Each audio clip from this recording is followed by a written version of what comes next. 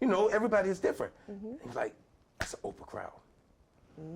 So December 31st, 2010, I quit my 3 jobs at home and left here from Richmond, Virginia to go to Chicago to meet Oprah Winfrey. What? Wait. Do-do-do-do-do-do. You wrote a book. I wrote Tracy's Interview. You interviewed 50 people, wrote these love stories, with marriage proposals at the end, most of them, right? And then you say, I got something.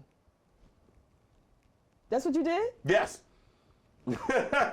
Yes. And the vision was, you have a 0% chance of meeting Oprah Winfrey in Richmond, Virginia. You have a 1% chance of meeting her in Chicago. Well, go for the 1. Who knows what's going to happen? Why you want to meet Oprah? You wrote 1 book. It's part of the Lord. I was lost and confused for 32 years. I almost killed myself doing what everybody else wanted me to do. Let's try and see what you want me to do, and let's see. So wait, you wrote 1 book. He wrote 1 book. 1 book. Yes. The greatest book in America. The greatest book in America. Wait a minute. Let me sit up a little bit, y'all. Wait a minute. Let me just make sure I'm okay. Because we're going to talk about. You wrote 1 book. 1 book. You wrote 1 book. Yes. And you said, this is an amazing book. I got something, like us entrepreneurs. And you said, I want to meet Oprah Winfrey. And you said, F it, I'm going to quit my jobs. And I'm going to go meet Oprah. I'm going to stand there and...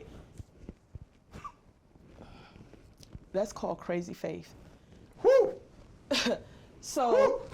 It's so crazy. That's my work. Listen, I'm not telling nobody quit their jobs. Okay? I'm not responsible.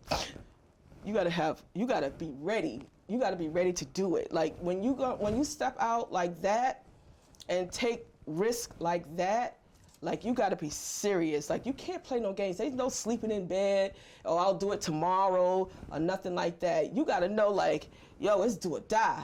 Like you gotta believe in yourself, and that's amazing for you to just even have that inside of you to say, yo, I'm going for it. I like it. I like it. Don't do it. I'm not telling y'all to do it, but I like it. Because you got to be a special person to make it happen. So, okay, what we doing? So, this December 31st, out with the old, in with the new. You make New Year's resolution, let's stick with it. So I left December 31st, 2010. I stopped in Pittsburgh. They had their, the countdown. I still needed a drink. It's New Year's Eve. I ain't. I'm still going. And I end up stepping on a nail and having to go to the hospital and get a tetanus shot. That was my first day out. January 2nd, my car broke down in Indiana. Wow. How did you feel? Did you feel like, oh shoot, like I'm out here Shoot in the deep ain't now. the word. Like I'm out here in the deep now. Shoot ain't the word. Deep. I mean, I'm in Indiana. I'm looking at, I don't know anybody. Are you kidding? Everybody I have is thousands and thousands of miles. So first I said, so now here's what it is.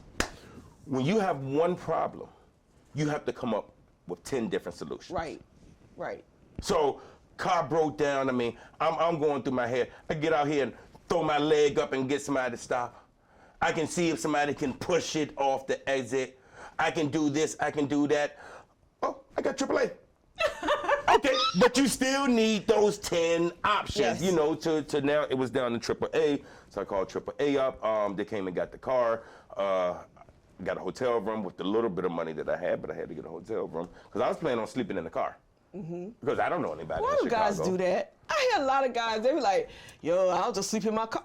How you gonna wash? How you gonna, like, it's not comfortable. It's not very comfortable. When you dream chasing, it's I couldn't go back to Richmond. Wait, this is 32 around this time? Yeah. You're a grown man. You're not 18 talking about chasing. This is so crazy. Chasing the dream, baby. Yeah, this is so wild. I definitely couldn't go back to Richmond because I told everybody, if I come back 2 days after I left. You play yourself, right? Oh, my God. I didn't quit my jobs. I didn't quit. And the jobs I had, I don't have a degree. The jobs I had, I was grandfathered in. Ooh, okay. So once I quit, I can't go back. Right. So now, So anyway, I remember the sign that says 90 miles outside of Chicago. I said, okay, let me take the bus. I don't care if I get there, walk around the city, jump on the bus and go home. At least I made it to Chicago. Okay. I got there, one of my friends was like, well, why don't you just live in a self-storage unit? Ooh. He was like, your purpose is to meet Oprah, so all day long you need to be They believed in my craziness. You crazy as a nut, but we're gonna help you out. This is insane. Like, you got me on a ride right now. Outside. So, 24-hour self-storage unit is where I stayed at. I got a 24-hour membership to the gym. So, you know, I slept there when the people left, and I was up about 5, 6 in the morning. Then I would go to the gym, and that's always shower and work out. On any bad days, I was always at the gym. And I'm like, well, I'm here.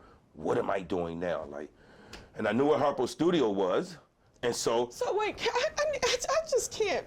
I'm trying to wrap my head around the fact that you want to meet Oprah and you quit your job. Like, what was the plan though? Like, okay, when I meet her, I'm gonna say what?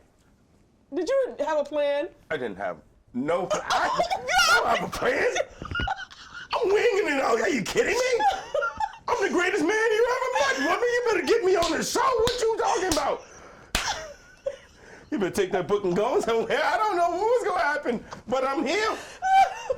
Wow. Wait.